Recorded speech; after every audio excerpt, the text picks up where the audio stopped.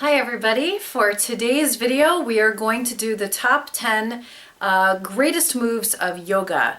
Or maybe I should say like the top 10 entry moves, because once you get these moves down, they're going to come up in almost any yoga class, any yoga video that you do. So if you find yourself trying to get into yoga and you're totally overwhelmed and you feel like you have to stand on your head and turn your body into a pretzel, ease it back. There's a lot of other ways that you can get involved into yoga. And hopefully this is one of them. But if you have done yoga for a while and maybe you just need a quick 5-minute practice and you want to check your form on a couple things and you don't want something too strenuous, you can try this practice too. So anyway, let's do this one together and we'll have fun.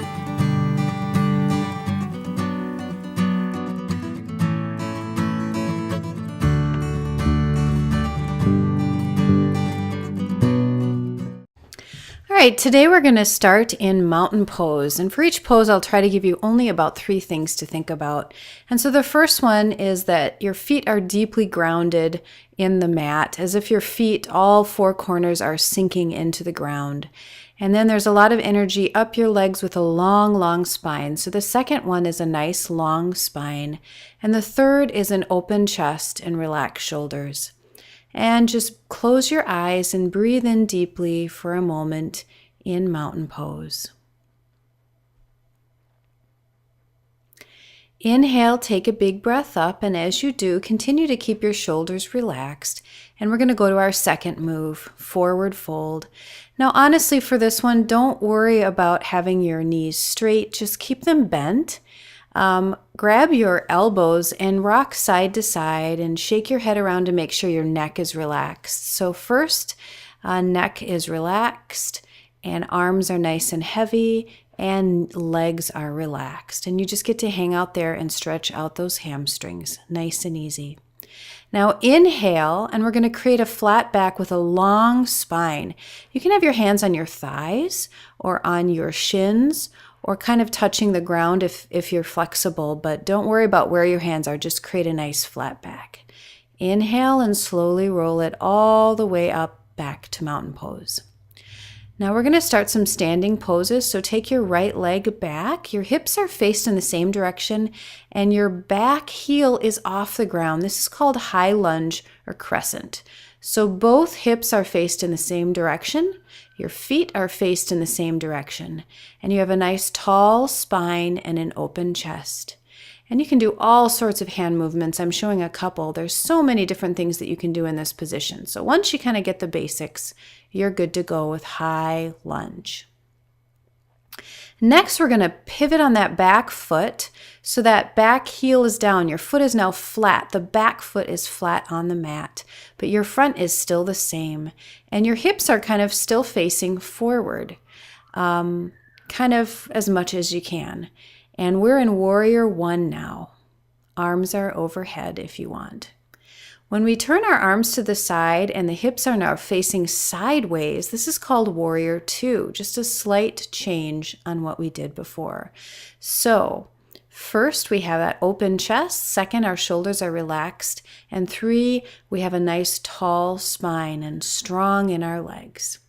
Go ahead and put both feet together in the same direction. Now turn the other foot in the opposite direction. Warrior Two on the other side. So now you're going to have your left foot flat on the floor and your right is turned toward the side. Same position. Now turn your hips facing forward towards that right foot and back to Warrior One. So we're just exploring how these feel on each side. And then we're going to turn that foot, pivot on that foot so you come off your back heel and we're in crescent again. So just showing you how different all 3 of those moves are. Step forward, back to mountain pose, and then we're going to slowly, gently take it down to all 4s. This is called cat and cow. So we inhale and take a deep breath up and exhale and release, curving the opposite way. You do this nice and slowly, a great way to stretch out the back.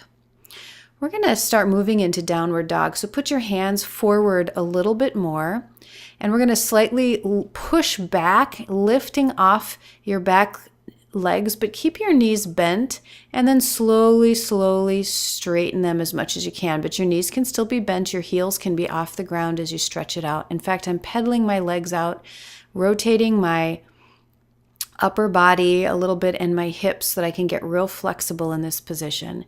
If you need to, drop down to your knees, but this is such a great one to get comfortable in. So take your time and get comfortable breathing deeply in this pose. You're really pushing on your palms to make sure there's a nice straight arrow. Go down into your knees, take a break, and we're going to do it again. Pushing up. As I was saying, there should be a straight line from your wrists all the way up to the back of your pelvis. You shouldn't have your head or your chest sticking out or anything. And go ahead and sit back. We're going to go into child's pose. Your hands can be in front of you where you left them, or you can take them by your legs and just totally chill out and let them fall to your side and relax your face. This should seriously just be a really comfortable resting pose. And you can always drop to child's pose anytime you want to, ever in a yoga video. Okay, we're going to sit back, flip your feet around forward, and we're going to go into our second to the last pose, boat pose. We like to do this one because it's so great for your core and strengthen, but there's so many ways you can do it. So here I'm just extending my arms, and with a nice open chest, I'm leaning back slightly, and I'm alternating one leg and the other. And maybe that's enough for you to give you a nice, good strengthening for your core. But you can put your hands underneath your legs, and you can try to balance lifting up your feet a little bit. And if it's feeling good, you can lift them straight up. If you need to put your hands behind you like I'm showing, just do that. Do whatever works here. The goal is that you have an open chest and you have a really long spine, and you're not curving in and smashing your stomach so that the wrong muscles are being used. Gently take it back and slowly roll onto your back. And grab your knees and hug and rock side to side. If this is a move, it's so good to do it, so just learn how to do it and do it generously. And then gently, one leg at a time, we extend to Shavasana or corpse pose. This looks like you're just lying down, but first take a moment to actually adjust your body. Tuck your hips under and move around with your back so that you feel really comfortable lying down. Extend your palms up and then just relax your body from head to toe. Take at least a full minute to scan the muscles from your eyes all the way down to your toes, gently relaxing everything. We don't realize how much tension we hold in our face and in our shoulders, even in our legs and hips. So release all of that and breathe naturally. Notice your breath. This Shavasana pose can go for 1, 2, 5, 10, 15 minutes. And as you lie there, focusing on your nice calm breath and relaxing, it really is a form of meditation and a nice easy one to get into.